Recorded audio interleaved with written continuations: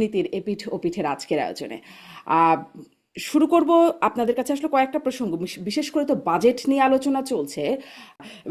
ঘাটতি বাজেট ইত্যাদি নানান রকম বিশেষণ বাজেটের সাথেই লেগে থাকে। কিন্তু আমি আসলে ওই প্রশ্নটা একটু করছিলাম যে শুধুমাত্র তির্যক মন্তব্য বা বক্তব্য, পাল্টাপাল্টি বক্তব্য তো না, মানে একের পর এক প্রধানমন্ত্রীর বক্তব্যে যে এরকম ভুল হচ্ছে, এটা কি তা মানে তার স্ক্রিপ্ট রাইটারের দোষ বলে আপনার মনে হচ্ছে, নাকি তিনি স্ক্রিপ্ট ফলো করছেন না বলে মনে হচ্ছে? মানে আসলে কি ভুলভাল বেশি হচ্ছে কিনা, যেটি জামায়াতের আমিরও যেটি মানে আঙ্গুল তুলছেন? না, আমার তো মনে হয় না। স্ক্রিপ্ট রাইটার, যদি আপনি যে কথাটা বললেন, স্ক্রিপ্ট রাইটারের কাজ সাধারণত তার বক্তৃতা, গুরুত্বপূর্ণ বক্তৃতাগুলো লিখে তার কাছে পেশ করা, এবং তারপরে তো প্রধানমন্ত্রী হিসেবে সব প্রধানমন্ত্রী তাই করবেন, অনেকেরই স্ক্রিপ্ট রাইটার থাকে, আগেও ছিল। সুতরাং স্ক্রিপ্ট রাইটার তাকে তথ্য দিবেন, তার কথাগুলো বলবেন। সেখানে দু একটা ক্ষেত্রে ইনফরমেশনে ভুল হতে পারে, আমরা একটা ভুল ইনফরমেশন হুম। দেখেছি।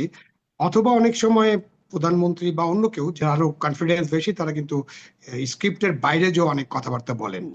সুতরাং এখানে অন্য কারো দোষ দেওয়া সঙ্গত হবে বলে আমার মনে হয় না। কেন, আমি তো স্ক্রিপ্টটা দেখি নাই, সুতরাং স্ক্রিপ্টে হুম। কি লেখা ছিল সেটা আমি জানি না। বাট যেটা প্রধানমন্ত্রীর ইমেল বা প্রধানমন্ত্রীকে ভুল প্রমাণ করে, তো সেখানে হয়তো স্পার অফ দ্য মোমেন্ট হতে পারে, হঠাৎ করে কোনো কথাবার্তা বের হয়ে যেতে পারে। সেটা হতে পারে, রাজনীতিতে তো আমরা অনেক কথাবার্তা বলি, তো সেই কথাবার্তার মধ্যে হালকা কথাবার্তা চলে আসতে পারে।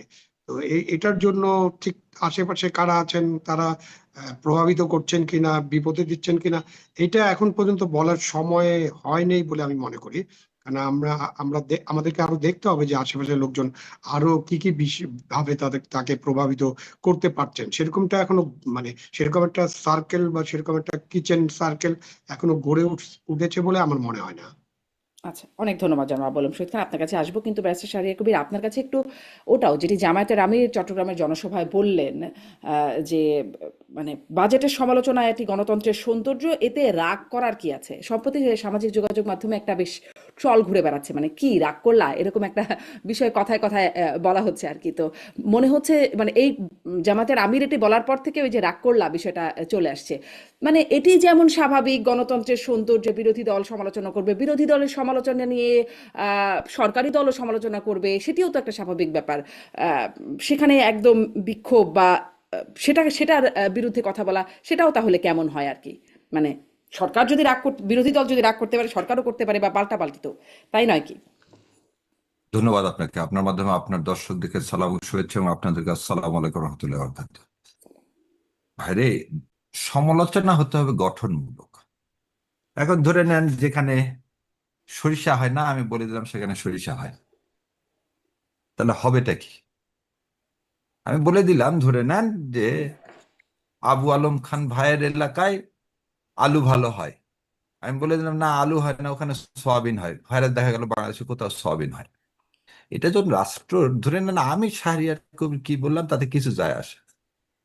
তা আবু আলম ভাই যখন কিছু বলবে সেটা যায় আসে, কারণ উনি রাষ্ট্রের সচিব মর্যাদায় বিভিন্ন একটা লং সময় ছিলেন। আর মাননীয় প্রধানমন্ত্রী যখন বলবেন, সেটা কিন্তু মানে ওয়েট না, তার কথাটাই বাংলাদেশের মানুষ কি করবে, বিশ্বাস করবে, এবং তার উপর ভিত্তি করে দেশ চলবে। ধরে নেন এই বাজেটের কথা বলি। বাজেট দিলেন 9,38,00,000 কোটি টাকা, if I am not wrong. বাংলাদেশে এ পর্যন্ত রাজস্ব আহরণ হয়েছে 3,03,00,000 কোটি টাকা। তাহলে বললাম আমরা জুলাই রেভলিউশনের পরে কি বললাম, যে আমাদের একটা পরিবর্তন হতে হবে, যেটা আবু আলম খান ভাই অলরেডি বললেন। একটা গাতানুগতিক বাজেট, একটা চিত্ত আকর্ষণমূলক বাজেট, একটা ঘাটতি বাজেট। শোনেন, ধার করে পোলাও খাওয়ার মধ্যে কোনো কৃতিত্বতা নাই, বরং ধার না করে একবেলা খাবো, সেটার মধ্যে শান্তি আছে।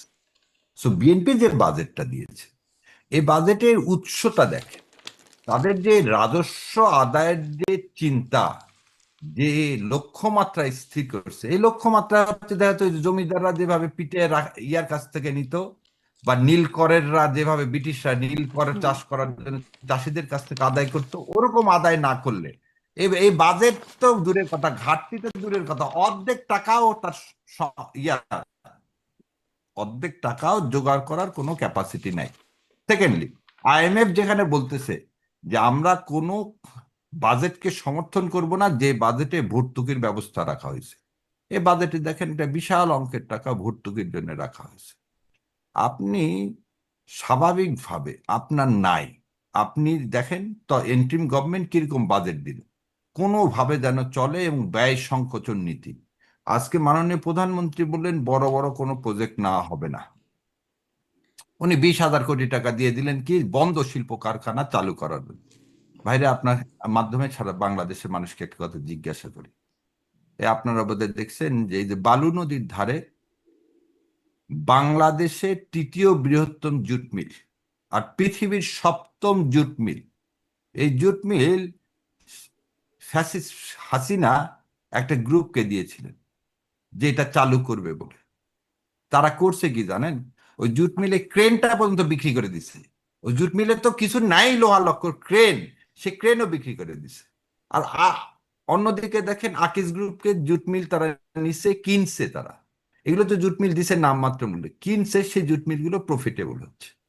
সো আপনি 20,000 কোটি টাকা দিয়ে বাংলাদেশে এর আগেও করা হয়েছে, 2006 সালেও করছে, ওটার নাম ছিল বাংলাদেশ ব্যাংকের আইএমএফ ফান্ড।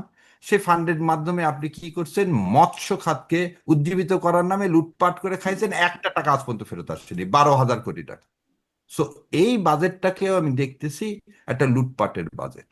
এখন উনি এই এই যে আমি এটাও কি একটা, সমালোচনা, আপনি যে গতানুগতিক বাজেটের কথা বলছেন, এটাও কি একটা গতানুগতিক সমালোচনা? মানে আমরা গতানুগতিক এর আগের যে বাজেটগুলো হতো, মানে সেটি আগের সরকার বলি বা তারও আগের সরকার বলি, জি, এই জি, জি। বিরোধী দলের পক্ষ থেকে লুটপাটের বাজেট শব্দটা খুব কমন শুনতাম। এবারের কেন আপনি তো গতানুগতিকতে বের হয়ে আসেননি, তার মানে আপনি লুটপাট করার জন্য বাজেট করছেন। আর প্রশ্ন হচ্ছে, উনি এটাকে যে বললেন কি যে মদের দাম বাড়াইছি, সিগারেটের দাম বাড়াইছি বলে বিরোধী দল সমালোচনা করছে, বিরোধী দল তো ওইটা সমালোচনা, কারণ মানে উনি বোঝেনি, স্ক্রিপ্ট রাইটারের যে কথাটা বললেন না, আমার পাশে যেগুলো আছে তাদের যদি মাথার মধ্যে আল্লাহ যদি ওই জ্ঞানটুকু না দেয় যে বিরোধী দল কি বলতেছে, যে মানুষের উপর করের বোঝা চাপায় না, তুমি রাজস্ব আহরণ করবা। আচ্ছা, রাজস্ব আহরণ করবা কি এই 3,000 কোটি টাকা থেকে বাকি 5,000 কোটি টাকা, বা হলে তো তাও একটা স্বাভাবিক ছিল, 5 লক্ষ কোটি টাকা তুমি কোথায় থেকে আদায় করবা? কোন খাত থেকে?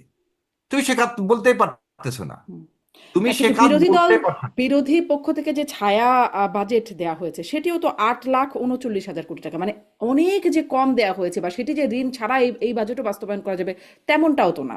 না, এখানে ফর- এখানে আবার কথা আছে, বিরোধী বাজেটের মূল দেখেন যে 40% টাকায় কি বিদেশি ঋণ পরিশোধের জন্য দেওয়া হয়েছে, ওখানে ভর্তুকির ব্যবস্থা রাখা হয়নি। ওখানে জাকাত থেকে কত টাকা আসবে সে আহরণের ব্যবস্থা, প্রতিটা each and every single item টাকাটা কোথায় থেকে আসবে ওখানকার দেখেন। যে এই যে ভাই, যেটা আবু আলম ভাই বলেন, গ্যাপটা কত। আপনি বিরোধী দলের, এবং এটা হচ্ছে সবচেয়ে বড় সত্য কথা, বিরোধী দল বা আপনি যে খালেদা, মানে দেশনেত্রী খালেদা জিয়া এর আগে ছায়া বাজেট দিচ্ছেন, ছায়া বাজেট কখনো আসেনি, পুরা বাজেট আসেনি। ওই যে এনসিপি যেমন করে দিচ্ছেন হুম। স্ন্যাপশট, এইভাবে বিএনপি দিচ্ছেন, পুরো একটা বাজেট কখনো দেয়নি। এবং এই বাজেটটা দেখা যাবে যে সরকার আমলে নিবে না, তার মেজরিটি আছে, সে পাশ করে ফেলবে। তো কথা হচ্ছে করের বোঝা রেখে এডিবি বাস্তবায়ন করবেন কেমন করে? আপনার কথার কাজের মধ্যে তো মিল থাকতেছে না। আপনি যেটা বলেন বিরোধী দল, আরে রাগ অভিমান, রাগ অভিমান না, জামাতে ইসলাম বারবার সতর্ক করে দিচ্ছে, আপনি পুরাতন পথে চললে আপনি তো বেশি দিন গদিতে থাকতে পারবেন না রে ভাই, ধৈর্যের তো একটা সীমা আছে। 3 মাসে অধৈর্য করে দিলেন আপনি, 8 দিন, দেখেন 8 দিন হসপিটাল আপনি বন্ধ করে দিলেন কি কারণে? গরিব মানুষ অনেক চিকিৎসা পায়, কার ইশারায় করে দিলেন? ইন্ডিয়ার ইশারায়, যাতে এরকম ভালো ভালো হসপিটালগুলো বন্ধ হয়, সমস্ত এই রোগী যাতে তথ্যটাই বা কোথা থেকে আবার আসলো? মানে এই তথ্যটাই কোথা থেকে আসলো? ইন্ডিয়ার ইশারায় বন্ধ হলো আর গরিব ইন্ডিয়ার। মানুষ আপনি চিকিৎসা আবার পায় আমাকে বলে একটা বন্ধ জিনিস করা হলো। বলেন তো, মাথা ব্যথা হচ্ছে আপনি মাথা কেটে ফেলে দিবেন? রাজশাহী মেডিকেল কলেজে 91 জন বাচ্চা মারা গেল, রাজশাহী মেডিকেল কলেজ বন্ধ করে দিচ্ছেন? রাজশাহী মেডিকেল কলেজ বন্ধ করে, আচ্ছা মাইলস্টোন কলেজে কি হয়ে গেল? এয়ারপোর্টের পাশে মাইলস্টোন কলেজ আছে, সেখানে একটা প্লেন ক্র্যাশ হলো, মাইলস্টোন কলেজ আর ওখানে বাড়িঘর সব বন্ধ করে দিচ্ছেন না? তার মানে কি? আমি একটা উদাহরণ দিলাম যে পলিটিক্যাল গোলগুলো আপনার যা অ্যাচিভমেন্টের করতে চাচ্ছেন সব হাস্যস্কর, এবং এগুলো কার ইশারায় করতেছেন? পাশের দেশ ইন্ডিয়ার ইশারায় করতেছেন, ওই জন্য বাজেটটা দিচ্ছেন গতানুগতিক। যাতে ফেল করে। এ সরকারও নাস্তা নাবুদ হয়ে যাবে, আবার মানুষ বিক্ষোভ করবে, সরকার পড়ে যাবে। আর কত, সেটাই বিরোধী দলীয় নেতা বলছে। আপনি একটু দয়া করে তো শোনেন। মানে আমি একটু ভালো করে বুঝতে চাই আসলে 8 দিন হসপিটাল পাশের দেশ ইন্ডিয়ার ইশারায় কেন বন্ধ হবে? 8 দিন হসপিটালের সাথে ইন্ডিয়ার শত্রুতা কি? ও শত্রুতা আমি কি আচ্ছা, আপনি বোধহয় জানেন না, মেডিকেল ভিসা ছাড়া কিন্তু অন্য ভিসা ইন্ডিয়া দিচ্ছে না। এবং এই এন্ট্রিমেট পিরিয়ডে বোধহয় মানুষের মেডিকেল ভিসায় যাওয়াটা সবচেয়ে কমে গেছে। এখন কেন, এখন মানুষ তো অল্টারনেটিভ খোঁজে। আপনি যেমন বোধহয় সাক্ষাৎকার দেখছেন, বাংলাদেশে সবচেয়ে কমে এবং বিনা পয়সায় যদি প্রসূতি মায়েদের কারো সিজার করা হয়, তাদের চিকিৎসা দেয়, সেটা 8 দিন হসপিটাল। 8 দিন হসপিটালের যে ফিজের যে ফিগার, সেটা সর্বনিম্ন। এবং 8 দিন হসপিটাল একটা ইন্টারন্যাশনাল মানের একটা হসপিটাল, একটা প্রাইভেট হসপিটাল। কিন্তু আপনি আবার দেখেন যে সরকারি হসপিটালের কথা বলা হচ্ছে না। মানুষ কিন্তু আমাদের দেশে বড় বড় যাই বলে বিরোধী দলীয় নেতা, সরকারি হাসপাতালে কি তার অপারেশন হয়েছে? না, প্রাইভেট হসপিটাল, ইউনাইটেড হসপিটাল হয়েছে। আপনি তো এই কথা বলতে পারেন না যে ইউনাইটেড হসপিটাল দেশের সবচেয়ে ভালো হসপিটাল, সবচেয়ে বেশি এক্সপেন্সিভ, সেটা তো সাধারণ মানুষ যেতে পারবে না। তাহলে সাধারণ মানুষের যাওয়ার জন্য যে জায়গা রাখা হয়েছে, সেটা কি 8 দিন হসপিটাল? এবার আপনাকে একটা গল্প শুনাই। আমার এক বন্ধু ছিল, তার নাম রিঠু। ওকে আমাকে বলতো যে শোন, ঢাকা কি জন্য যাব, নওগাঁ থেকে কলকাতা যেতে আমার লাগে 113 টাকা। আর তখন ঢাকাতে, নওগাঁ থেকে ঢাকা নন এসি বাসের ভাড়া ছিল 350 টাকা। আবার বলে দিচ্ছি, নওগাঁ থেকে কলকাতা পর্যন্ত পৌঁছাতে খাওয়া দাওয়া সহ লাগে 113 টাকা। আর নওগাঁ থেকে ঢাকা লাগতো তখন 375 টাকা। আমি তো অবাক হয়ে গেলাম, কিভাবে রে? বলে কিছু না, সান্তাহার স্টেশন থেকে থার্ড ক্লাস একটা টিকিট কাটবি, দর্শনা পর্যন্ত চলে যাবি, দর্শনা থেকে ওপারে পার হবি, 17 টাকায় কলকাতা। তাহলে এই যে দুপুরবেলা সুন্দর মতো বুফে কারে খাবি, খেয়ে ওখান থেকে আর নড়বি না, তুই ওই বুফে কারে বসে থেকেই দর্শনা পর্যন্ত তুই চলে যাবি।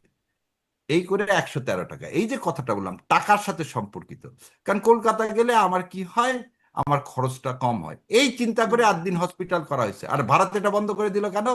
8 দিন যারা অ্যাফোর্ড করতে পারবে না, তারা তো ভাই ইউনাইটেডে যেতে পারবে না। তাদের ডেস্টিনেশন কোথায় হবে? তাদের ডেস্টিনেশন হতে হবে কলকাতা। হুম। এই কথা এটা যদি সহজ ভারত ভাবতো, সরল। তাহলে ভারত এত ভিসা কেন বন্ধ করতো? মানে ভারতই তো মানে এটা তো ভারত ইন্টেনশনালি না, ভারত ভারত না, ভিসা না, সংকুচিত করেছিল। না, ভারতের জন্য মেডিকেল ব্যবসা ছাড়া অন্য দ্বার দিব না।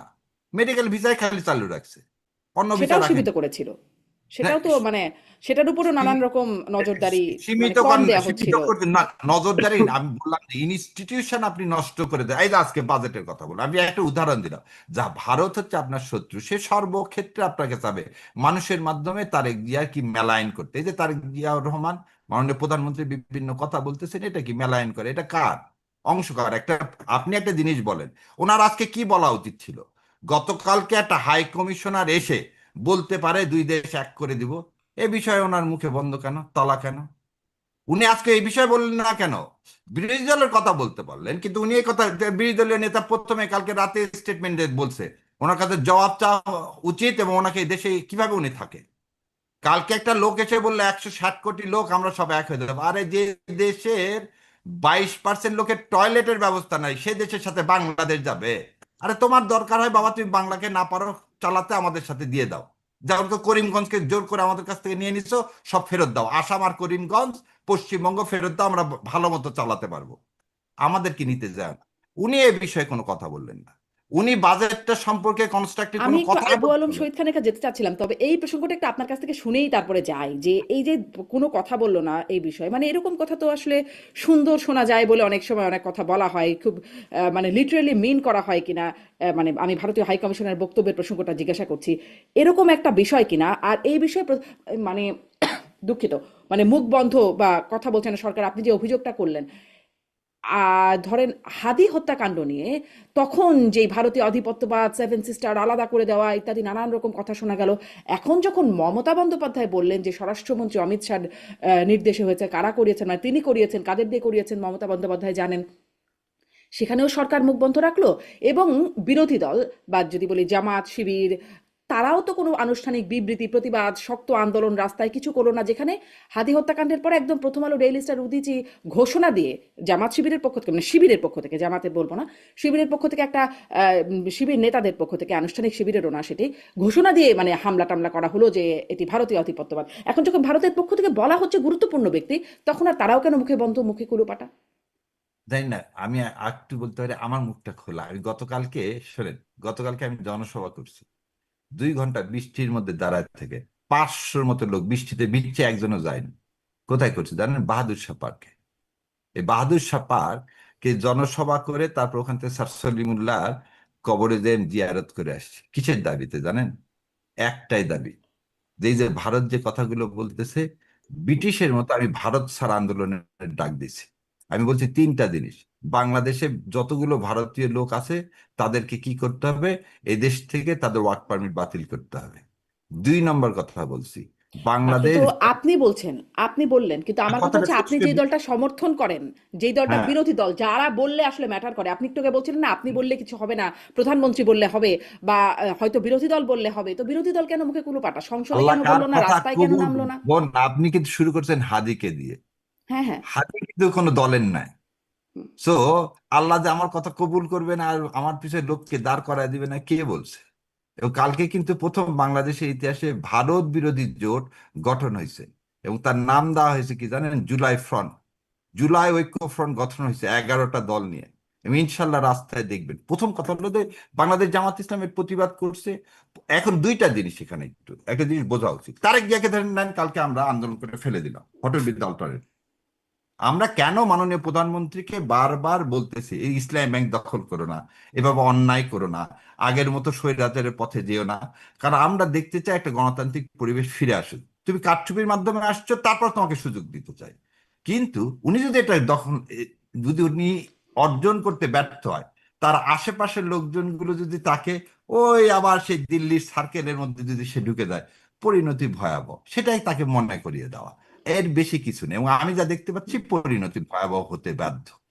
জি, আমি একটু জনাব আবু আলম শহীদ খান আপনার কাছ থেকে, আপনার অনেকগুলো বক্তব্য ব্যারিস্টার শাহরিয়ার কবিরের কাছ থেকে শুনলাম, মানে কোথায় কথা বলা লাগবে বা বলবেন, আর কোথায় মুখে কুলুপ আঁটবেন, এই বিষয়ে কি এখানে কি কোনো স্বার্থের বিষয়াদি আছে বলে মনে হয়? মানে আপনার একটু বিশ্লেষণী শুনি। না, উনি তো ওনার বিশ্লেষণ করবেন। যেমন ধরেন যে আদ্দিন হাসপাতাল বন্ধ করে দেওয়া ঠিক হয়নি। মানে আদ্দিন হাসপাতাল যে কারণে বন্ধ করে দেওয়া হয়েছে, লাইসেন্স বাতিল করা হয়েছে, সেটা আরো তদন্ত করে তাদেরকে আরো ফাইন টাইন আরোপ করতে পারতো, এবং দায়ী ব্যক্তিদের খুঁজে বের করতে পারতো, এবং এই যে মনিটরিং এর দায়িত্বে যারা ছিল তাদেরকেও খুঁজে বের করা সম্ভব হতো। বাট এই কারণে আদ্দিন হাসপাতালের মতো একটা হাসপাতাল, যে হাসপাতালটা জনসেবা করছে, তাদের ঘাটতি আছে, তাদের সীমাবদ্ধতা আছে, এবং তাদের আইনের লঙ্ঘনও থাকতে পারে, সেই সব আপনি করেন, সেটা মনিটরিং করা তো সরকারের দায়িত্ব। বাট আপনি এইভাবে লাইসেন্স বাতিল করাটা এটা ঠিক হয়নি, এবং এতে জনসেবাটা বঞ্চিত হবে, জনগণ সেবা থেকে বঞ্চিত হবে। কিন্তু শাহরিয়ার ভাই যেভাবে বললেন যে ভারতের নির্দেশে আদ্দিন হাসপাতাল বন্ধ করে দেওয়া হয়েছে, এটা হজম করাও শক্ত। মানে এটা এটা এরকম হবে না, এটা হওয়ার কথা না। কারণ হচ্ছে যে ওই একটা হাসপাতাল বন্ধ করলে কি ভারতের খুব সুবিধা হয়ে যাবে? ভারতে যারা চিকিৎসার জন্য যান, শাহরিয়ার ভাই এটা নিশ্চয়ই জানেন, যে ভারতে কি ধরনের চিকিৎসার জন্য লোকজন যান। ভারতে এই সন্তান জন্ম দেওয়ার জন্য বাংলাদেশের কোনো রোগী যান বলে আমার মনে হয় না। এখন অনেক ধনী মানুষ থাকতে পারে, তারা ভারত কেন, তারা ইংল্যান্ডে চলে যেতে পারেন, আমেরিকাও চলে যেতে পারেন। কেউ কেউ আমেরিকায় যান, সেখানে নাগরিকত্ব পাওয়ার একটা সুবিধা ছিল আগে, সে কারণে সন্তান সম্ভব সম্ভব মায়েরা চলে যেতেন এবং নাগরিকত্ব পেয়ে যেতেন তাদের বাচ্চারা। তো এইখানে যে এই যে আদ্দিন হাসপাতাল ভারত বন্ধ করে দিচ্ছে, অথবা ভারতের নির্দেশে এটা হচ্ছে, ভারতের নির্দেশে প্রধানমন্ত্রী মুখে কুলুপ এঁটে রেখেছেন, এই কথাগুলো মনে হয় খুবই একদম খুব সাদা মাঠা মতো সাদা। এবং এই সব কথার আসলে কোনো মানে যৌক্তিক কথাবার্তা বলে জনগণ গ্রহণ করবে না। ভারত বিরোধিতা একটা আমাদের জনগণের মনে আছে, সেটা তো আলাদা জিনিস। সে কারণে আপনি ভারত বিরোধিতার কার্ড আমরা খেলতে পারি, কিন্তু এই খেলাটারও একটা নিয়ম করে খেললে ভালো হয়। সব কার্ড সব সময় খেলা যাবে না। তো এই সময়ে যদি আপনি শুধু ছোট্ট জিনিসের মধ্যেও মানে প্রধানমন্ত্রীর যে কোনো কাজের মধ্যে ভারতের নির্দেশ বা ভারতের ইয়ার পরামর্শ খুঁজে বের করতে চেষ্টা করেন, আপনি করতে পারেন, বাট এগুলো সত্য না। এখন ভারতের যে অ্যাম্বাসেডর আসছেন নতুন হাই কমিশনের, তিনি একটা বক্তব্য দিয়েছেন, সেই বক্তব্যের পজিটিভ নেগেটিভ দুভাবে আপনি মূল্যায়ন করতে পারেন। তিনি যে বক্তব্য দিয়েছেন, সেই বক্তব্যে তিনি নিশ্চয়ই এটা বলেননি যে বাংলাদেশ ভারতের সাথে বিলীন হয়ে যাক। এই হুম। কথাটা আমার তার বক্তব্য পরে কিন্তু আমি এটা মনে করিনি। এখানে তাকে ভিসা সংক্রান্ত বিষয় যখন প্রশ্ন করা হয়েছে তখন তিনি এরকম একটা উত্তর দিয়েছেন যে আমরা 160 কোটি লোক, আপনারা 20 কোটি লোক, আমরা একটা বিশাল শক্তি, আমাদের মধ্যে আরো অনেক ধরনের সম্পর্ক গড়ে উঠতে পারে, জনগণের সাথে জনগণের সম্পর্কের বিষয়গুলো থাকতে পারে, এবং ভিসাটা ইজি করার একটা বিষয় আছে। তো সুতরাং ওই কথাটাকে ভারত বাংলাদেশকে নিয়ে নিতে চায়, এরকম আমি মনে করি না, এরকম আশঙ্কা আমার নাই, এরকম চিন্তা করারও কোনো কারণ নাই। বাংলাদেশ এমন একটা দেশ যে ভারত এটাকে নেওয়ার কোনো প্রশ্নই উঠে না, মানে এখন পর্যন্ত আমি যা মনে করি। ভবিষ্যতে কি হবে, 10 বছর পরে, 5 বছর পরে কি হবে সেটা তো আমি জানি না, বাট বাংলাদেশকে কেন ভারত নেবে? বাংলাদেশে এখানে 18 কোটি বা 20 কোটি মানুষের মধ্যে 90% যদি মুসলমান হয়, তাহলে আপনি চিন্তা করেন 18 কোটি মুসলমান, এবং ভারতে তো মুসলমানের সংখ্যা আমরা জানি। তো এই যে আমাদেরকে যদি ভারত নিয়েও নেয়, তাহলে যে মুসলমানদের যে একটা শক্তি, সেই শক্তি হুম। বিশাল শক্তি হয়ে যাবে। সেই শক্তির মোকাবিলা করা তো ভারতের জন্য খুবই কষ্টকর। সুতরাং ভারত এবং এই যে ইকোনমি কেন ভারত গ্রহণ করবে? মানে ভারতের বাংলাদেশ দখল করে নেওয়ার বা বাংলাদেশকে নিজের দখলে নিয়ে যাওয়ার, সিকিম ভুটান বানানোর কোনো পরিকল্পনা আছে এরকম আমার মনে হয় না। এবং সেই পরিকল্পনা যদি থেকেও থাকে কারো কারো মনে, কিছু কিছু লোক তো দুই দিকেই আছেন যারা নানান ধরনের আষাঢ়ে গল্প করেন, নানান ধরনের কল্পনার জগতে বাস করেন, তারা এরকম ভাবতে পারেন। বাট প্র্যাকটিক্যালি এই ধরনের কোনো পরিকল্পনা ভারত সরকার বা ভারতের জনগণের থাকার কথা নয়, এবং আছে বলে আমি মনে করি না। জি। আবু আলম কিন্তু ভাই, ওই যে আপনাকে একটা প্রশ্ন জিজ্ঞাসা করতে পারি? আপা একটু বলেন। আচ্ছা দেন, করেন করেন। হুম। আপনি কি চিত্তরঞ্জন সুতার ডক্টর কালিদাস বৈদ্যকে চেনেন? নাম শুনছেন? না, আমি আবু আলম, ব্যক্তিগতভাবে চিনি না চিত্তরঞ্জন কিন্তু সূত্রের, নাম নাম শুনেছি। শুনছেন? উনি নাম বরিশালের শুনছেন? মানুষ ছিলেন, উনি হ্যাঁ, একসময় পাকিস্তানের এমপি ছিলেন, এটাও এটুকু জানি। এবং 70 উনি সালের এমপি ছিলেন, 73 সালে এমপি ছিলেন, তাই না? জি 73 সালে এমপি ছিলেন, তাই না? জি তো জি ওনার ওনার যে কলকাতায় যে বাড়িটা আছে, এবং উনি যশোর ঘেরাও করা এবং যশোরকে ইন্ডিয়ার সাথে নিয়ে নেওয়ার একটা আন্দোলন করছিলেন, মহাজির আন্দোলনের সভা করছিলেন কলকাতাতে। এগুলো বোধহয় আপনার মনে আছে, জি মনে যদি আছে। আমি ভুল না করি। যদি এবং তাই সাথে থেকে সাথে এটাও আপনার মনে আছে কিনা জেনে নেন যে মুসলিম বাংলা করারও একটা আন্দোলন হচ্ছিল ওই সময়। আচ্ছা, আমি আপনার অট্টগুন পড়তে যাই, এবং হুম। এই যে ষড়যন্ত্র করলেন আপনি মহাজির সঙ্গ দিয়ে বাংলাদেশকে খেয়ে ফেলে দেওয়ার জন্যই তো কবে করছিলেন? 76 77 সালে। সো ভারত আপনাকে গিলে খাওয়ার কথা কিন্তু 71 সাল থেকে আসতেছে, আবু আলম ভাই, আমি যদি ভুল না করি। এবং এই বইটা বোধহয় আপনি পড়ছেন মনে হয়, আবু রুশদের এই বইটা। যদি আবু রুশদের এই বইটা আপনি বোধহয় মাসুদুল হকের স্বাধীনতা যুদ্ধে সিআইএ এবং বইটাও বোধহয় পড়ছেন। জি জি যে স্বাধীনতা যুদ্ধ কেন ঘটালো এবং বাংলাদেশকে তার সাথে অন্তঃকরণ করার, এটাও বোধহয় আপনি জানেন। আপনি বোধহয় এটাও জানেন, করিমগঞ্জের মানুষ না, ছাপ্পান্ন এরকম পার্সেন্ট দাবি করা হয়, এরকম শেষ দাবি করে, করা হয়। আরেকটা প্রশ্ন করি আপনাকে। করিমগঞ্জের 56% লোক জুলাই মাসে ভোট দিল, গণভোট দিল, তারা বাংলাদেশের সাথে থাকতে চায়। ইন্ডিয়ান ফোর্স কেন জোর করে করিমগঞ্জ দখল করলেন? এটা যখন কাকে জিজ্ঞেস 47 করতে সালে, হবে? আপনি তো আমাকে আমি জিজ্ঞেস আপনাকে করলে হবে প্রশ্নটা না, করতে আপনাকে চাই। এটা ফিল্ড আপনি মার্শাল ইতিহাস, আইয়ুব খান, আপনার তো জ্ঞানের জিওসি। ভান্ডার ভাই। আমি না আপনাকে ভাই, শ্রদ্ধাশীল ফিল্ড হয়ে মার্শাল আইয়ুব বলতেছি। খান, জিওসি ইস্ট পাকিস্তান, উনাকে কবর থেকে তুলে জিজ্ঞাসা করতে হবে, না না মোহাম্মদ না, আলী ওখানে জিন্নাহকে না। জিজ্ঞেস করতে হবে, আপনি বলছেন যে লিয়াকত আলী ভারত খানকে জিজ্ঞেস করতে আমাদেরকে হবে। দখল করতে চায় না। আমি বলতেছি ভারত দখল করতে চায় না। ভারত, প্র্যাকটিক্যালি ভারত বাংলাদেশ দখল করে ভারতের কোনো লাভ নেই, এটাই আমি না, বলছি। যদি মানে এটা তাই একটা হয়ে থাকে, অ্যানালাইসিস, এটা না একটা না, অ্যানালাইসিস, ভারতের কোনো লাভ নাই। ভারত না না এটা ভাই, একটা, এই বোঝাকে আমি কেন তর্ক ভারত করতেছি নেবে? না। আমি বলতেছি এই প্রশ্নগুলো আমি খুঁজতেছি। করিমগঞ্জকে দখল করলেন, আচ্ছা, এবার আপনি কি জানেন শেখ হাসিনা যে যে সমুদ্র বিজয় বলে তালপট্টি যেখানে ছিল, যে দ্বীপটা, এখন তো পানি উঠে গেছে, ওই দ্বীপটা আর আমাদের নাই। তো ভারতের যদি এত কিছুই দখল দরকার না থাকে, আমার তালপট্টি নিলেন কেন? করিমগঞ্জ নিলেন কেন? আর রংপুরের ওখানে হঠাৎ করে প্রতিমা বানানোরই দরকার হলো কেন? আর ওই পারে শুভেন্দু বাবু খালি রাত দিন বলতেছে, এই যে যার কথা বললেন যে এই অ্যাম্বাসেডর আসছে, অ্যাম্বাসেডর তো একবারও দুঃখ প্রকাশ করলো না যে জোর করে পুশিং করা হচ্ছে। ওনাকে বলছে, উনি বলছে আতাস বাতাস। আমি ভারত আর বাংলাদেশ এসে বুঝতে পারতেছি না আমি ভারত থেকে আসছি কিনা। এটা কি ডিনোট করে কোনো পজিটিভ জিনিস? পুশ দেখেন, পয়েন্টটা, পুশিং পয়েন্টটা ও পুশিনের আমার ব্যাপারে আপনার সবার অবশ্যই, শত্রু। আবু না আলম না ভাই না, ও পুশিনের ব্যাপারে অবশ্যই আপনার বক্তব্য থাকবে, মানে আমাদের বাংলাদেশের রাষ্ট্রের একটা বক্তব্য থাকবে, এবং আমরা আন্তর্জাতিক যে আইন কানুন আছে সেটার ভিত্তিতেই এই সমস্যার সমাধান হতে হবে। এই বিষয়ে সরকারকে অবশ্যই স্পষ্টভাবে জানাতে হবে এবং সরকারকে একটা কঠোর ভূমিকা নিতে হবে। এবং সরকারের যে আপনি আর আমি তো সরকার চালাচ্ছি না, বাট আমাদের যে বিজিবি আছে, পুশিনের ব্যাপারে তাদের যে ভূমিকা এবং ওখানে বর্ডারে প্রশংসনীয়, স্থানীয় জনগণের ভূমিকা এইসব তো আমরা জানি নাকি? জানি এটা না। প্রশংসনীয় না? সুতরাং এই বাধা তো আমরা দিচ্ছি। আমরা স্বাধীন বাংলাদেশ, বাংলাদেশের সার্বভৌমত্ব কোনোভাবে কেউ লঙ্ঘন করার চেষ্টা করলে আমরা অবশ্যই সেখানে বাধা দিব এবং সরকারকে সেখানে কঠোর ব্যবস্থা নিতে হবে। সরকারের যে বিজিবি কি সরকারের ইচ্ছা ছাড়াই নিজেরা কি জামাতের ইচ্ছায় এখন বাধা দিচ্ছে নাকি? এরকম মনে হয় নাকি আপনার? না না, আপনার কাছে এটা আবার জিজ্ঞাসা করি, স্বাধীনতা যুদ্ধের সাথে আপনারা মুক্তিযোদ্ধা ছিলেন, ওপারে গেছেন, ট্রেনিং নিয়ে আসছেন, আপনিও তারপর তো ছাত্র ইউনিয়ন করতেন রে ভাই, আপনি আচ্ছা, কি আমি করতেন? বলে দিই, আপনি আমি কি একটু করতেন শেষ করি। বলেন সেটা। আর আমি বলতেছি, আমার বাবা মুক্তিযোদ্ধা, এই জন্য আপনাকে সম্মান করি অন্যরকম ভাবে। বললাম ভাই, আমি একটু বলতেছি, আপনারা ওপারে গেলেন, ট্রেনিং নিলেন, অস্ত্র নিয়ে আসলেন। 24-এ দেখেন তো আমরা কারো ট্রেনিং ছিল, অস্ত্র ছিল? আজকে যে লোকগুলোর কথা বললেন ছিল বর্ডারে, নাকি? ছিল আগে নাকি? বলে দিই, ব্যারিস্টার বলে শাহরিয়ার কবির, বলেন। আসিফ না আসিফ ছিল না, মাহমুদ সেটাই সজীব ভুঁইয়া তো বলতেছি। বললেন যে ছিল না, শোনেন সশস্ত্র যেটা বলতেছি, বিপ্লবের প্রস্তুতি। বলতেছি আজকে, শোনেন 7.62 আজকে নিয়ে এখনো বর্ডারে কথা যে হচ্ছে, লোকগুলো আজকেও গেছে কথা লাঠি হচ্ছে। নিয়ে গেছে, বাংলাদেশ এই জাতি, কারণ আমরা হচ্ছে আমাদের রক্তের মধ্যে আমরা জানি যে তারা আমার মুসলমানিত্ব কেড়ে নিতে চায়। একটু আগে বললেন না যে আদ্দিন হসপিটালকে কেন খেয়ে ফেলে দিয়েছে? যে একই সুতা ইসলামী ব্যাংকে ইন্ডিয়া খেয়ে ফেলে দিছিল। ইসলামী ব্যাংকে জঙ্গি অর্থায়নের ব্যাংক বানাইছিল হাসিনা এই লক্ষ কোটি টাকা পাচার করার জন্য। কোথায় এখন তো বের হয় না গোটা জঙ্গি আয়নের ব্যাংক। ঠিক আদ্দিনকে একই কারণে বন্ধ করে দিচ্ছে। এই যে বলতেছে ইউনাইটেড হসপিটালে কোভিডের সময় মানুষ মারা যায়নি, তো ইউনাইটেড হসপিটাল কি বন্ধ করে দেওয়া হয়েছে?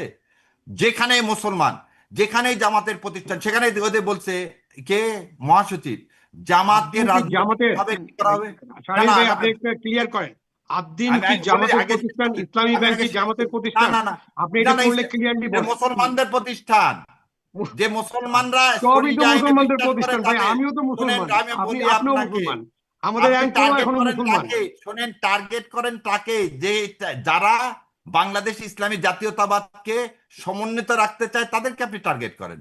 সেদিন আপনি না, ইসলাম ব্যাংকের টার্গেট আপনার এই করছেন, যে আমি আপনার এটা ইসলামী এটা ব্যাংক আমার এবং ইন্টারপ্রিটেশন, আপনি আদ্দিনের নাও কাজ নিতে। কিন্তু ইসলামী কি আদ্দিন বলে হসপিটালটা আপনি দেখেন, শোনেন, আকিস সাহেবের ছেলে পেলেরা হাফেজ।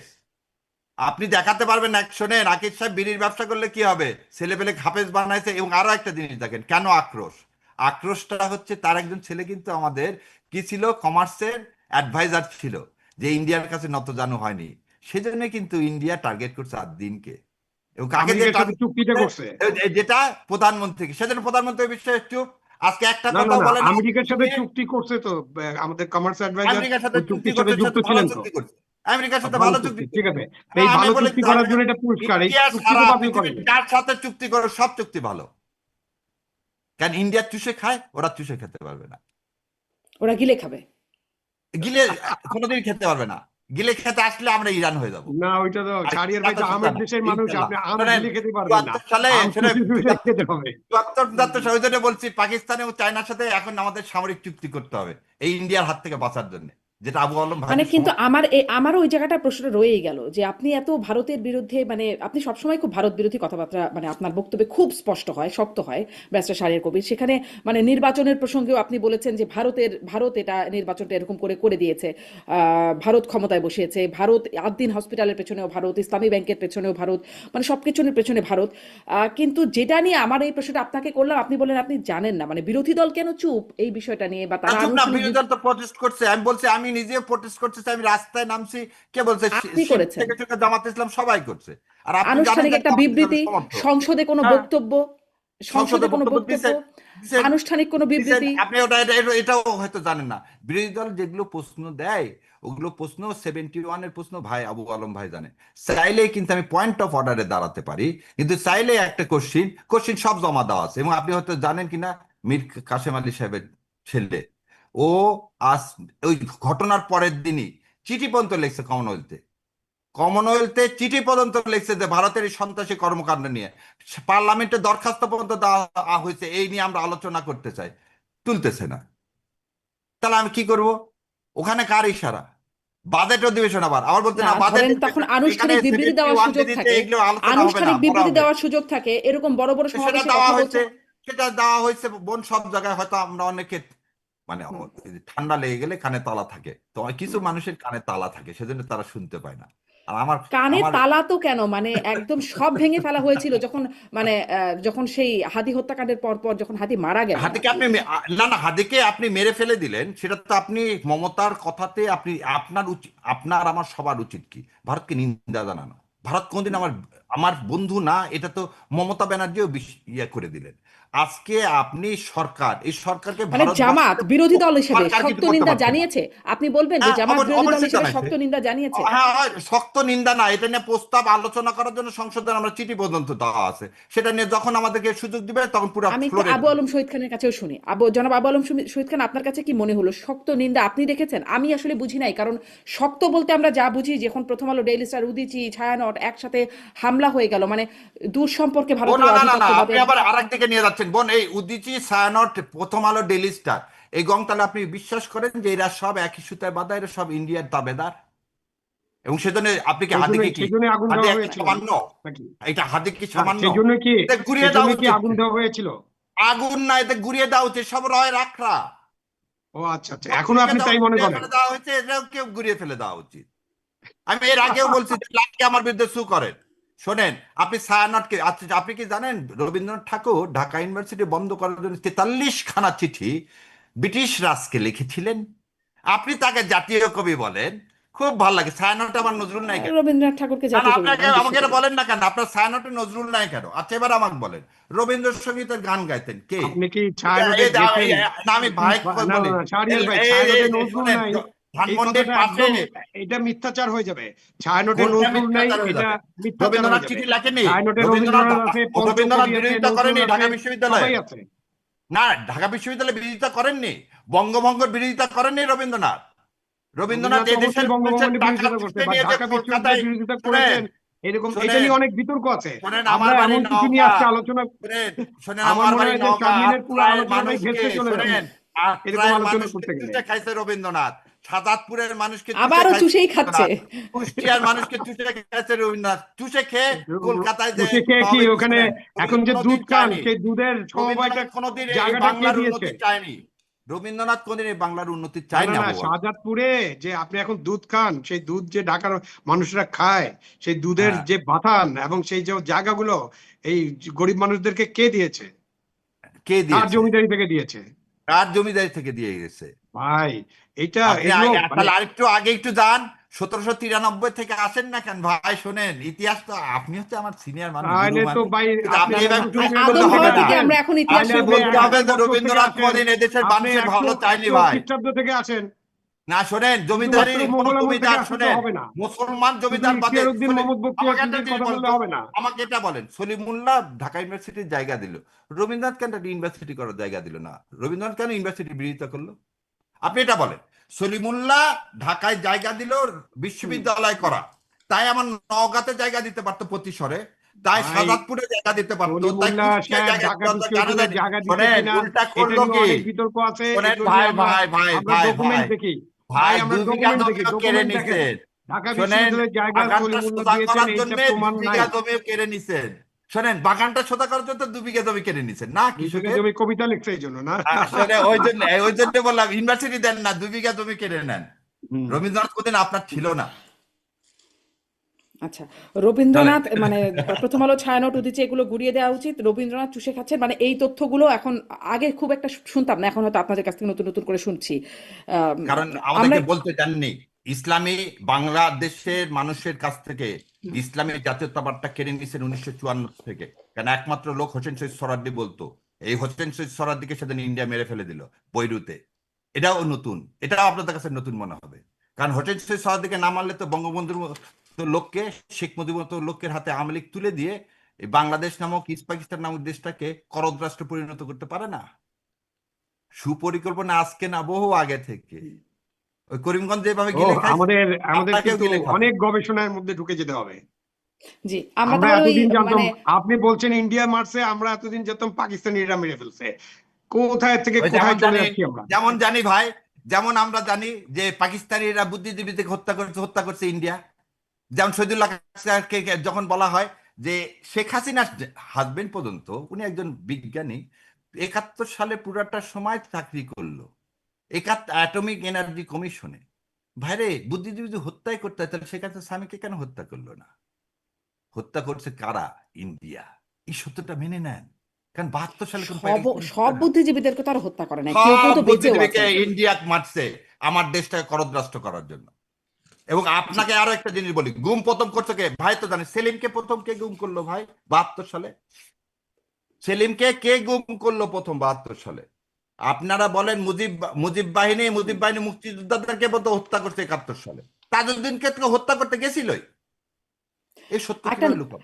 আচ্ছা, সেই মানে আমার কাছে মাঝে মাঝে মনে হয় যে আদম হাওয়া থেকে ইতিহাস শুরু হয়ে যাবে কিনা এখন আবার কথা বলতে বলতে, এত আগে না থেকে না না না, আহ, আমরা এত বাংলার আগে মধ্যে থেকে থাকি, 12 ভূঁইয়ার মধ্যেই থাকি, হ্যাঁ, 12 এত ভূঁইয়ার আগে থেকে মধ্যেই শুরু থাকি। হয় মানে আমরা সবসময় জামাত ইসলামের বক্তব্য শুরু করতে শুনি যে 47 থেকে আগে, মানে 47 থেকে শুরু হয়। কারণ হচ্ছে আপনাকে ইতিহাসটা পড়ানো হয় 52 থেকে, আপনাকে 1905 সাল পর্যন্ত যেতে দেয় না, এটাই না হিন্দু। না, এখন 52 থেকে হলে 1793 হবে থেকে কি শুরু করতে হবে। পাকিস্তানের বিরোধিতা করা শুরু হবে। হ্যাঁ, মানে তাহলে আমরা মুঘল আমল কেন বলবো না, তাহলে আমরা মুঘল আমল বললাম মোগল না, আমল, বলবো। তার আগে 1900 তাহলে না, পাল বংশ, 1905 থেকে বাংলা। সেন বংশ, তাদের কথা বলি না কেন? না, ওই তো আমি আসলে আসলে যেতে চাই না, সত্যি সত্যি সেই আদম হাওয়া থেকে পৌঁছাবো, আমরা সেখান যেতে থেকে পারি, শুরু আমরা করতে যেতে হবে। পারি, কোনো সমস্যা নেই। হ্যাঁ, তাহলে আর আমাদের এরপরে মানে 26-এর পরে আর যাওয়া হবে না, আদম হাওয়া থেকে শুরু করতে করতে 26 পর না প্রতিদিন ভাই, শেষ আমার হয়ে যাবে। 26 মতো থাকি। এখন এসে যেটি আর একটা সামনের একটু কথা বলতে চাই, সামনে সিটি নির্বাচন নিয়েও টুকটাক কথা শুরু হয়েছে এবং সেখানে সম্প্রতি আমরা শুনলাম প্রধানমন্ত্রীর উপদেষ্টা বললেন যে সামনে সেখানে আসলে আওয়ামী লীগের নেতাকর্মীরা যারা আসলে মানে তারা আওয়ামী লীগের দলীয় পরিচয় বা প্রতীক ব্যবহার না করে তারাও নির্বাচন করতে পারবেন, এমনকি পদধারী যারা আছেন তারাও পারবেন। এটিকে আসলে মানে এতে আসলে সামনে নির্বাচনে কোনো ইস্যু হয়ে দাঁড়াবে কিনা? আম, জনাব আবু আলম সরকার, আপনার একটু মন্তব্য শুনে নিশ্চয়ই ব্যস্ত সারেরও এখানে বিধ্বংসী মন্তব্য নিশ্চয়ই থাকবে। আহ, না, আমার বলবেন। মনে হয় যে সামনে নির্বাচনে এটা কোনো বড় ইস্যু না, কারণ যদি নির্বাচনে আপনি, যেহেতু আমি এখনো আইনটা কিভাবে গ্রহণ করা হচ্ছে আমি জানি না, যদি আপনার কোনো মার্কা না থাকে এবং দলীয় প্রতীক না থাকে এবং দল থেকে যদি কাউকে মনোনীত না করা হয়, যদিও আমরা দেখছি যে জামাতে ইসলামী, এনসিপি তাদের মনোনয়ন ইতিমধ্যেই ঘোষণা করে ফেলেছেন, সুতরাং দলের পক্ষ থেকে মনোনয়ন ঘোষণা হচ্ছে। তো এই স্থানীয় সরকার নির্বাচন নিয়ে যত কথা হয়েছে, যত রকম প্রশ্ন উত্থিত হয়েছিল, সবই হলো দলীয় প্রতীক এবং দলীয় নির্বাচন নিয়ে। সুতরাং এই যে পরিবর্তন, সেখানে তো একটা পরিবর্তন আসা দরকার। সেই পরিবর্তনটা হলো যে দলীয় প্রতীকে বা দল থেকে কেউ নির্বাচন করবেন না। তো সেখানে যদি নিরপেক্ষ মানুষরা নির্বাচন করেন বা দলের সমর্থক থাকতে পারেন, বাংলাদেশ তো একেবারে অনেক দলে হুম। বিভক্ত, সুতরাং কে কোন দল কোথা থেকে কার লেজুর জড়িয়ে আছে এটা তো জানা খুব কঠিন। কিন্তু ভালো মানুষেরা যদি নির্বাচন করতে চান, এবং নির্বাচন মানে তো নির্বাচন, জনগণ ভোট দিবে। এখন শাহরিয়ার ভাই তো একটু আগে বলছেন যে এই বিগত পার্লামেন্ট নির্বাচন এটা নাকি কারচুপি নির্বাচন ছিল, এবং কারচুপিটা ওনারা মেনেই নিয়েছেন ইচ্ছা করে, যে যাতে এই কারচুপি নির্বাচনের মধ্য দিয়েও কিছু ভালো কাজ করা যায়। তো এখন ভবিষ্যতে এটাও যদি বলে ফেলেন যে সব নির্বাচনই কারচুপি হচ্ছে, তাহলে তো আর কিছু কথা থাকে না। সুতরাং আপনার স্থানীয় সরকার নির্বাচন ভালো হোক, এবং স্থানীয় সরকার নির্বাচনে উদার গণতন্ত্র চর্চা হোক, স্থানীয় সরকার নির্বাচনে যারা আগ্রহী নির্বাচন করতে তাদেরকে সুযোগ দেওয়া হোক, জনগণকে সিদ্ধান্ত নিতে দেওয়া হোক। জনগণ সিদ্ধান্ত নেবে যে স্থানীয় সরকারের যে পরিষদগুলো আছে, ইউনিয়ন পরিষদ, উপজেলা পরিষদ, পৌরসভা, সিটি কর্পোরেশন, এগুলোতে জনগণ কাদেরকে নির্বাচিত করতে চান, কোন ব্যক্তিকে নির্বাচিত করতে চান এবং কাদেরকে তারা পছন্দ করেন, সেই ভারটা জনগণের উপর ছেড়ে দেওয়াটা উত্তম হবে, এবং সেটাই জি, উদার গণতন্ত্র। জি, যদিও সেটা জাতীয় নির্বাচনে হয় না। এই ব্যারিস্টার শাহরিয়ার কবির, আপনার মন্তব্য কি? প্রথম কথা হলো যে ভাই যে বললেন ওই উদার গণতন্ত্র, গণতন্ত্র উদার হয় না, গণতন্ত্র কার কৃপণও হয় না। গণতন্ত্র গণতন্ত্র, গণতন্ত্র গণতন্ত্র, democracy by the people, for the people, of the people. এটার আবার অন্য কোনো ডেফিনেশন দিয়ে এটা করা যায়, সেটা হচ্ছে বয়ান তৈরি করার ক্ষেত্রে। প্রথম জিনিস হচ্ছে এই বয়ানটার জন্য দায়ী করি আমি প্রথমে এনসিপির কাকে। এনসিপি নাহিদ যখন বলছে না রিফাইন আওয়ামী লীগ, ভালো আওয়ামী লীগ, খারাপ আওয়ামী লীগ, তখন কপালটাই হাত দিই যে বিপ্লবীরা যখন আওয়ামী লীগকে ধারণ করতে চায় তখন আর সে দেশের আর ভালো হওয়াটা খুবই কষ্টকর। তো বিপ্লবীদের জন্য প্রায়শ্চিত্ত করতে হবে। মুজিববাদ কোনদিন ভালো হতে পারে না, নাৎসিজম কোনদিন ভালো হতে পারে না। কিন্তু ভাইয়ের কথার আবার আমি একসাথে একমত যে আচ্ছা, লোক যদি দেয়, লোক যদি তাদেরকে দাঁড়াতে দেয়, কোনো সমস্যা নাই ভাই। যদি তারা যদি নমিনেশন পেপার ড্রপ করতে পারে, কোনো সেক্ষেত্রে দলীয় না, তো নির্দলীয় নির্বাচন। আবার একটা জিনিস বুঝেন, লোকাল গভর্নমেন্ট নির্দলীয় নির্বাচন। আমার হুম। প্রশ্নটা কিন্তু অন্য জায়গায়, আমার প্রশ্নটা আওয়ামী লীগ হিসাবে দল, এই প্রশ্ন, এই উত্তরটা দিল কে? এটা দিল কে? যাকে পুরস্কৃত করলেন সেই ভদ্রলোক ডক্টর সাহেব, উনি কিন্তু সারা জীবন এই আওয়ামী লীগের দালালি করে গেল, ভারতের দালালি করে গেল। জায়েদ সাহেব একদম স্পষ্ট, আবারও বলে দিচ্ছি, ওনার যা কথা শিখায় দেয় তাই বলে। এবং এই জন্য তারেক জিয়াকে, মাননীয় প্রধানমন্ত্রীকে প্রায়শ্চিত্ত করতে হবে একদিন, রটা আসলে কিভাবে প্রায়শ্চিত্ত শিখায় করতে হবে। দেয়, আমি আমি কিভাবে আমি শেষ শিখায় করে দেয়? দিই, শেষ করে দিই। উনি কিভাবে এটাকে প্রাসঙ্গিক করেন? উনি কে? Who is he? উনি কি প্রতিনিধি পার্লামেন্টের? উনি একটা উপদেষ্টা প্রধানমন্ত্রীর করা উপদেষ্টা। হয়তো, না না, আগে শুনেন, উনি তথ্য উপদেষ্টা। উনি ইলেকশনের দায়িত্ব দিচ্ছে ওনাকে। হুম। উনি আওয়ামী লীগকে কেন প্রাসঙ্গিক করতে চায় প্রতি কথায়? এখন পর্যন্ত শুনলাম যে এবছর হবে ইলেকশন, পরে বললো না ইলেকশন হবে না। উনি এই কথা বলার কে আওয়ামী লীগ করবে কি করবে না? কারণ ওই যে এই বইটাতে আবার উপরে যে সাংবাদিককে কত টাকা করে দেওয়া হয় রয়ের পক্ষ থেকে, উনিও টাকা খান, সেজন্য ওই বয়ানগুলো দেন। আর আমি একটা কথা আবু আলম ভাইয়ের সাথে আবার একমত, নির্দলীয় যেখানে পলিটিক্যাল পার্টি নাই সেখানে যে দাঁড়াবে, যদি তাকে মানুষ ভোট দেয় হবে, না দাঁড়ালে হবে না, না দাঁড়ালে হবে না। ওই জায়গাতে আপনি রাজনৈতিক কথা, দলের কথা আনলেন কেন? কারণ এটা তো একটা মানে মানে নির্দলীয় তাহলে কথা ভাই, তাহলে আপনি একটু আওয়ামী এটাও লীগকে একটু কেন জিজ্ঞাসা করি। প্রাসঙ্গিক করতে চাচ্ছেন? হুম। আমার কথা হলো, মানে আওয়ামী লীগ প্রাসঙ্গিক করতে চাও, আপনার উদ্দেশ্যটাই তো অসৎ। এবং জাহেদ সাহেবের এই উদ্দেশ্য অসৎ তো প্রথম থেকেই। তো অসৎ উদ্দেশ্য কোনোদিন আমরা মেনে নিব না। উনি যে কথা বলছেন ওইভাবে যদি আওয়ামী লীগকে প্রাসঙ্গিক করতে চান, ইনশাল্লাহ আর কে কি করবে জানি না। ওই যে হাদির কথা বললেন, শোনেন, হাদিকে কেন ধারণ না, করতে আমি চান? হাদির প্রসঙ্গে অনেক কথা আছে আসলে সেখানে, আপনারা মানে কেন বলেন নাই সেটা নিয়ে একটা প্রশ্ন আমি গত অনুষ্ঠানেও করছিলাম, যে একদম চুপ হয়ে গেলেন কেন, সেই সেই ব্যাখ্যাটা আপনিও বলছিলেন আপনি জানেন না কেন জামায়াত আসলে চুপ হয়ে গেল, কিন্তু না না, আমি আসলে জামাত এই চুপ প্রশ্নটা হয়নি, করব। আমি বলে দিলাম জামাত খালি চুপ হয়নি, জামাতের বরং রাজপথে আছে এবং আমরা বৃহত্তর আন্দোলনের দিকে যাচ্ছি, এই ভারত খেদাও আন্দোলন ইনশাল্লাহ। এ বলে দিলাম আপনাকে। জামাত কেন, এই দেশের সমস্ত ধর্মপ্রাণ সমস্ত মানুষ যারা এই দেশকে ধারণ করে তারা কোনোদিন এটা মেনে নিতে পারবে না। যে এবং এর জন্য খেসারত দিতে হবে তারেক রহমানকে, কারণ উনি এই বিষয়ে এখনো তার নিজের অবস্থান পরিষ্কার করেন না। সেই জন্য দুঃসাহস হয় একটা হাই কমিশনের এসেই দুই দেশকে এক করে দিতে চায়। এটা প্রধানমন্ত্রী যে না জি, বুঝে আপনার ওই বাজেট ব্যাখ্যাটা, সময় কথা বলে, আপনার এই ওই দুটো নিয়ে ব্যাখ্যাটা কথা বলতে স্পষ্ট, হবে। আপনি যে ব্যাখ্যাটা দিচ্ছেন সেটি আপনার আপনার অবস্থাটা মনে হয় আপনি স্পষ্ট করেছেন, কিন্তু আপনি বলছেন যে দলীয় ব্যানার ছাড়া সবাই মানে অংশগ্রহণ করতে পারবে, মানে যেই ব্যাখ্যাটা একটু আগে দিচ্ছিলেন সেখানে একটু জানতে হ্যাঁ। চাই, ধরেন সুপ্রিম কোর্ট বা নির্বাচন হলো, হুম। সেখানে সেখানে তো দলীয় ব্যানার, সেখানেও তো দলীয় প্রতীক নেই, স্থানীয় সরকারের মতোই কোনো প্রতীক নাই, কিছু না, তারপরেও সেখানে মানে যেটি বলা হলো আওয়ামী পন্থী হিসেবে বলে তাদেরকে সে 40 জনকে তাদের মনোনয়নই দিতে দেওয়া হলো, মানে সেটাই বাতিল করে দেওয়া হলো। সেটি কি একটা সঠিক কাজ হচ্ছে, যেহেতু আপনি আইনজীবী, ফলে আপনার কাছে এটি আরো বিশেষ করে জানতে চাও। আচ্ছা, আপনি কি কিন্তু একটু আগে বললাম যে জনগণ যদি দিতে দেয়, বলে দিচ্ছি না, জনগণ যদি দিতে দেয়, আমি আমি কি, আমি সুপ্রিম কোর্টের একজন সদস্য, একটা নাম ধরে ধরে বলে দিতে পারি এরা কারা, এরা মানে কারা, জনগণ এরা যদি, আপনি শুধু, আর মানে না আপনার আমি না, বিপরীত আমার পক্ষে আমার যারা তারা কথাটা, জনগণ। আবার কথাটা বুঝেন। সুপ্রিম কোর্টে 15,000 সদস্য, কত হাজার সদস্য? 15,000 সদস্য। এতগুলো প্রার্থী দাঁড়ালো, এই কয়জন হুম। কেন দাঁড়াতে পারে? কেন সেদিন আপনি একটা জিনিস মনে রাখেন, একটা জিনিস আপনাকে বলে দিই, 3 তারিখে যখন রিটটা নিয়ে যাওয়া হলো, মরণাস্ত্র যেন ইউজ না করে, হুম। সমস্ত লয়াররা আমরা সহ সেখানে গেলাম। সেখানে এই 40 জনাই সেদিন যে ওখানে বিরোধিতা করছিল, কিসের বিরোধিতা করছিল? আমার রাষ্ট্রের বিরুদ্ধে ভারতীয় সংস্কৃতির সহযোগিতা করছিল। তারা তো দেশদ্রোহী। আপনার তো আরো বলা উচিত যে এই 40 জন আসলে দেশদ্রোহী। এই না, সেটা তো দেশদ্রোহী আইন আপনার ব্যাখ্যা, শুনেন, নির্বাচন আমি করতে আপনাকে বলি, দিতেন তাদেরকে পরাজিত না না, করতেন আপনারা। নির্বাচন তো দূরে থাকে, এদের লাইসেন্স বাতিল করা উচিত। এটা এদের একটা লাইসেন্স স্বৈরাচারী বাতিল সিদ্ধান্ত না, করা মানে উচিত। আপনি বার যা বলবেন কাউন্সিলে, তাই হবে, বার বাকিদেরকে দিতে কাউন্সিলে দেবেন না। এদের লাইসেন্স বাতিল করা উচিত। এবং বাতিল যে করেনি সেজন্য কি আমার সুপ্রিম কোর্টে বারে হাসিনার সপক্ষে এরা কি করছে, রাতের আধারে হঠাৎ করে মিছিল করছে, রাতের আধারে হঠাৎ করে মিছিল করছে তারা। হুম। হাসিনাকে ফিরিয়ে আনতে হবে, সুপ্রিম কোর্টে এই হাসিনাকে ফিরিয়ে আনতে হবে, এই মিছিল করবে এই 40 জন। এবং একটা দেখান তো এই 40 জন আওয়ামী লীগের বাইরে একটা লোক আছে যে সুপ্রিম কোর্ট বারে ইলেকশন করতে পারেনি? এই 40 জন তো মার্কা মারা আওয়ামী লীগ। প্রতীক যারা তো এই ছিল না, দেশের, হ্যাঁ দলীয় বুঝি প্রতীক না, তো ছিল না। আর দলীয় প্রতীকের কথা না, আপনি তো শোনেন, এই যে আবু আলম ভাই আর আমি বসছি, আবু আলম ভাইয়ের কি পিঠে ধাপ্পা লাগানো আছে আওয়ামী লীগ? না। কিন্তু এখানে যদি সাবরেশন চৌধুরী আসে, আমি বলবো না তো, কারণ তার পিঠে ধাপ্পা লাগানো আছে, তার পিঠে ধাপ্পা লাগানো আছে। ওই যে পিকের গল্প, যে ধাপ্পা লাগানো যাদের আছে আওয়ামী লীগ, তাদেরকে কোনোদিন দেশে নাৎসিজম ইজ নাৎসিজম। হিটলারকে কোনোভাবে আপনি কোনো জায়গায় কি করতে পারেন না। সিনেমা দেখার সময় ভারতীয় সিনেমাটাই রেফার করলেন কিন্তু। এটা না, এটা না, আপনি আমাকে বলেন সাংস্কৃতিক কোনো ব্যারিয়ার নাই। হুম, হুম। সাংস্কৃতিক কোনো ব্যারিয়ার থাকতে পারে না। কেন আমি মেক্সিকোর কি বই পড়ি না?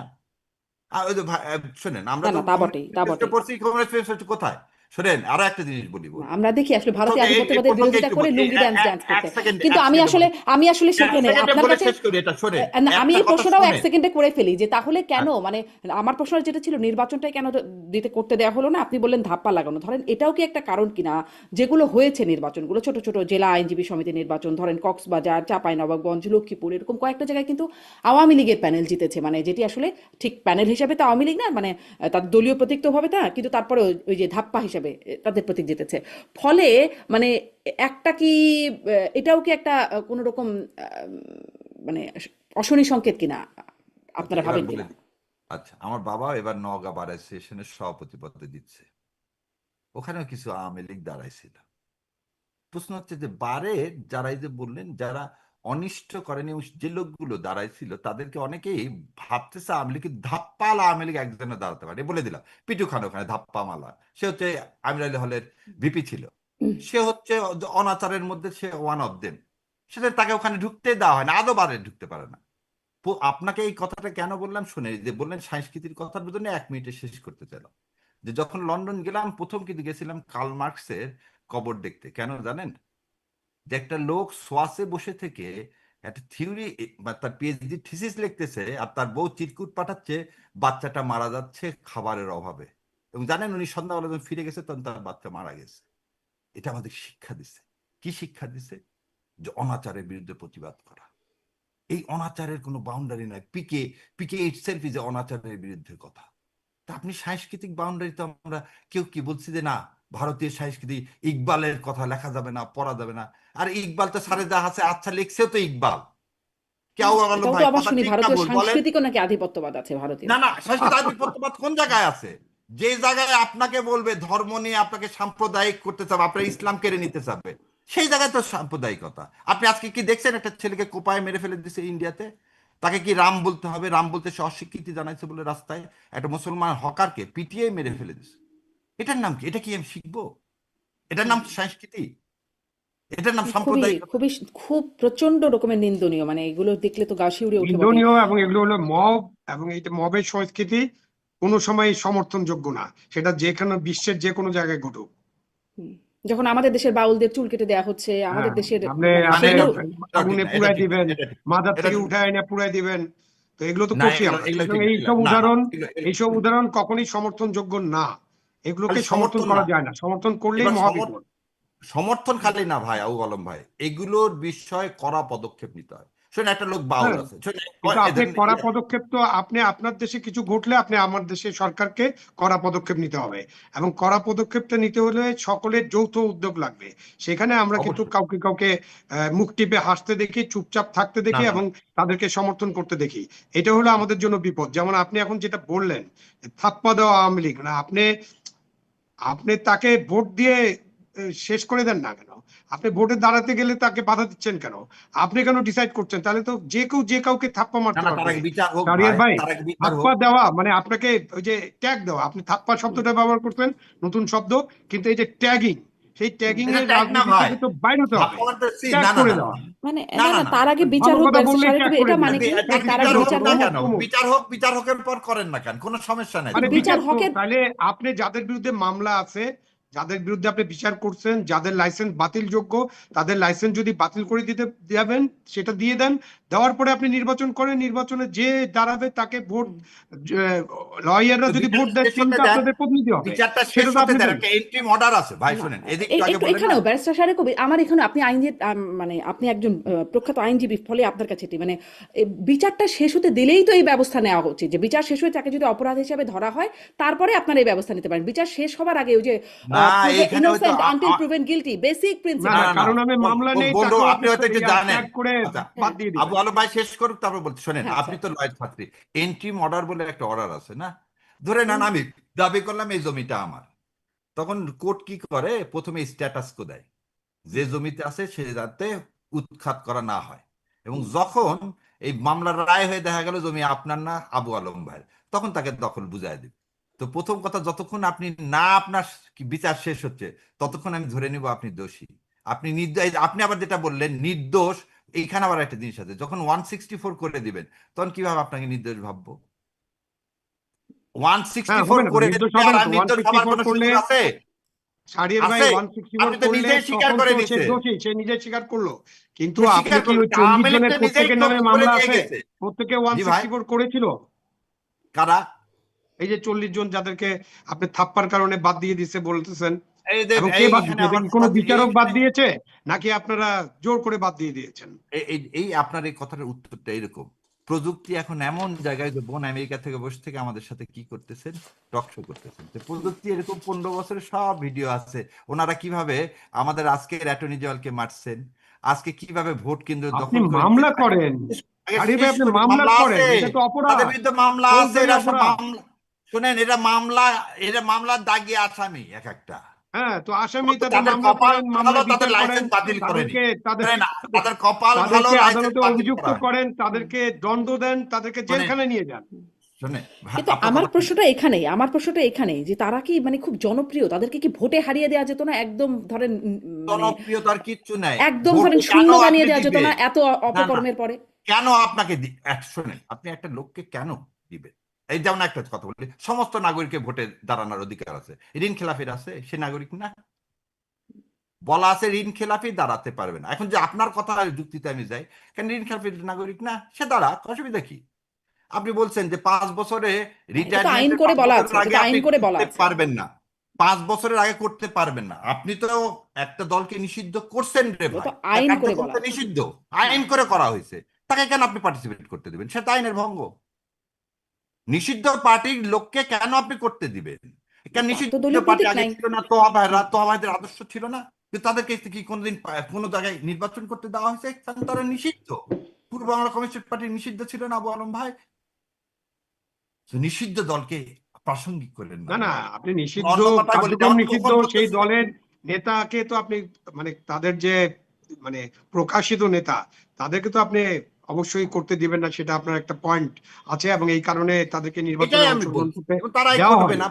বাট হ্যাঁ, বাট অন্যখানে যে নির্বাচনগুলো হচ্ছে, যে সমস্ত নির্বাচনে দলের কোনো সংযোগ নেই, দলীয়করণের কোনো সেটা সংযোগ হোক, নেই, সেটা করতে দলের কোনো কোনো সমস্যা মার্কা নেই, সেখানে আপনি জনগণের কাছে বা ভোটারদের, মানে পেশাজীবী হলে ভোটারদের কাছে, ভোটারদের সুযোগ দেন তাদের নেতা চয়েস নেই। করার জন্য। এটার সেখানে উদাহরণই আপনার, দিলাম যে ভাই, নওগাঁবারের কথা, নওগাঁবারে জিততে পারেনি ওরা, অনেকে বলছে ওরা আওয়ামী লীগ। আমি বললাম না, তারা তো কখনো এই ধাপ্পাল আওয়ামী লীগ না, তাহলে ভোট আপনি করছে, নওগাঁবারে যেটা হেরে করা গেছে। সম্ভব হলো, ঢাকাবারে সেটা করা সম্ভব হলো না কেন? ঢাকাবারে না, সুপ্রিম কোর্টের এটা তো ধাপ্পা, আর ওরা ধাপ্পা না।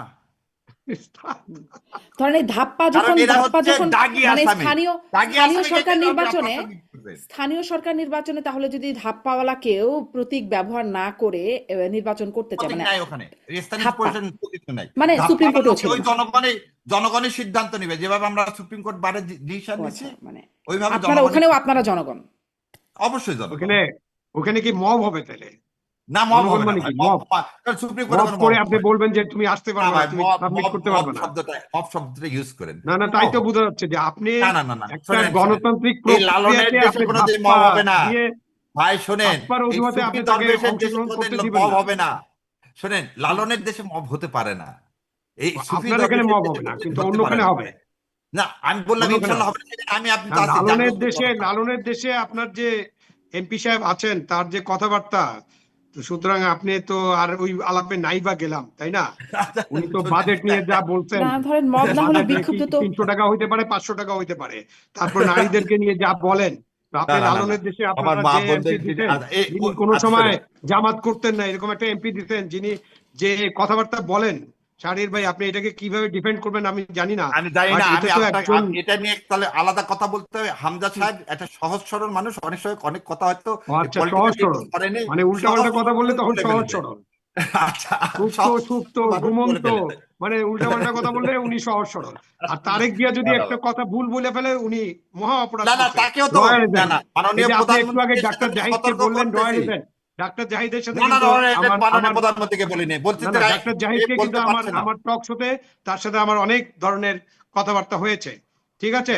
তো ডাক্তার জাহিদ যে রয়্যাল এজেন্ট, আপনি যেটা বললেন ওই বইয়ের মধ্যে ডাক্তার জাহিদের নাম আছে, আপনি যে না বইটা না না বারবার না, ওর দেখাচ্ছেন। মধ্যে এই বইয়ে দেওয়া আছে কি সাংবাদিকরা টাকা পায়, আর ডাক্তার হ্যাঁ, জাহিদের কিন্তু রয়্যাল এজেন্ট, এটা আমি তাদের ডাক্তার বিশ্বাস জাহিদ করি। আছে, ডাক্তার উনি জাহিদ তো হোক কি না সাংবাদিক হোক, না, আমি সে তার একটা সর্বক্ষণ ডাক্তার, সে না একটা না, ডক্টর পলিটিক্যাল জাহিদ পার্টিতে কেন যোগ আওয়ামী লীগকে দিয়েছিল, প্রাসঙ্গিক সে করতে টক শো চায়? করে। না না না, সে তো এটা কোনো ডক্টর জাহিদ সাংবাদিকও কেন না। আওয়ামী লীগকে আমি প্রাসঙ্গিক করতে চায় আজকে সবসময়? আজকে শেষ করব, কিন্তু এর মানে কেন এমন উনি প্রাসঙ্গিক বক্তব্যগুলো করবে? কি মানহানিকর না? মানে প্রমাণ ছাড়া একজন ব্যক্তিকে এরকম অফকোর্স, রয়ের এজেন্ট বলা। অফকোর্স, আপনি এটা তো সেখানে মানহানিকর বটেই। মামলা করে দেখ মানহানির। না না, মামলা আপনি ভয় দেখেন কেন? আর কত করবেন মামলা না। আরিয়ার ভাই, আমাদের, আপনি অনেক ভালো মানহানি না জানেন। কইরা, আপনি মানহানি করাটা উচিত না। আমি না না, আপনি ডাক্তার মানহানি জাহিদের করা সাথে, না, আপনি জানেন আপনি দেশের ডাক্তার জাহিদের সার্বভৌমত্ব সাথে আমার ভুলণ্ডিত করবেন। তর্কের কারণে না, অনেকে মনে করেন আপনি একটা যে জিনিস বলেন। ডাক্তার জাহিদের কারণে আমার জেলে যেতে হয়েছে। না না, তারপরে আমি আমাকে বলছি ডাক্তার না না, জাহিদ রয়্যাল এজেন্ট এটার কোনো প্রমাণ নাই, এবং আমাকে ডাক্তার একটা জাহিদ জিনিস রয়্যাল বলেন, এজেন্টের কোনো ডাক্তার প্রমাণ জাহিদ, নাই। না না, ডাক্তার জাহিদ ওখানে বসে থেকে আওয়ামী লীগকে প্রাসঙ্গিক করতে চাইবে কেন?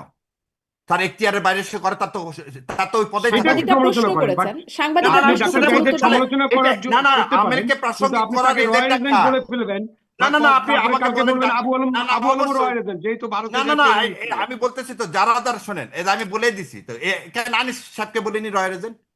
আনিস সাহেব, যারা আওয়ামী লীগকে প্রাসঙ্গিক করতে চাবে তারা রয়্যাল এজেন্ট, কারণ তাদের এখন কি আমিও রয়্যাল এজেন্ট কিনা আপনি এটা বলেন? না, আমি আপনার আবু আলম ভাই, আপনি ওটা জীবনে ওইভাবে বলেননি।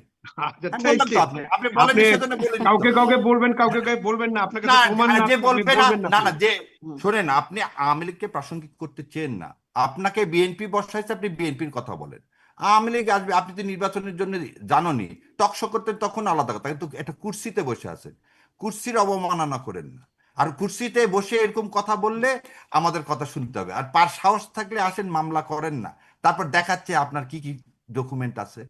আপনার তো ভাই পয়সা কতবার লাগবে না, থাকে ডাক্তার না। জাহিদের অনেক তো ধন্যবাদ, বেনিফিট অনেক বাড়াতে ধন্যবাদ পয়সা লাগবে। ব্যারিস্টার শাহরিয়ার যদি আপনি কবির, অনেক বললেন ধন্যবাদ ডক্টর জাহিদ আপনাকে। আপনাকে জেলে ঢুকাইছে, ওরা কত ভালো মানুষ সেটা আপনিও জানেন, আমিও না না জানি। না, আমি বলছি অনেকে মনে করেন, তারপরেও কিন্তু আমি বলছি ডাক্তার জাহিদকে রয়্যাল এজেন্ট বলার মতো প্রমাণক আমাদের কাছে নাই, বা আপনার কাছে আছে কিনা জানি না, আমি আবার বলছি, আমার আমি কাছে নাই। আমি এটা বিশ্বাস করি, প্রমাণের কথা বলিনি, কিন্তু বিশ্বাস করি যে আপনি যারা বিশ্বাস আওয়ামী করেন, লীগকে আপনি এরকম বিশ্বাস প্রাসঙ্গিক করলে করতে কি চায়, এক একজনকে এক একটা কিছু যায় আসে না। মার্কা না, দিয়ে দিবেন, আমি এটা এক বলতে পারি, একজনকে এটা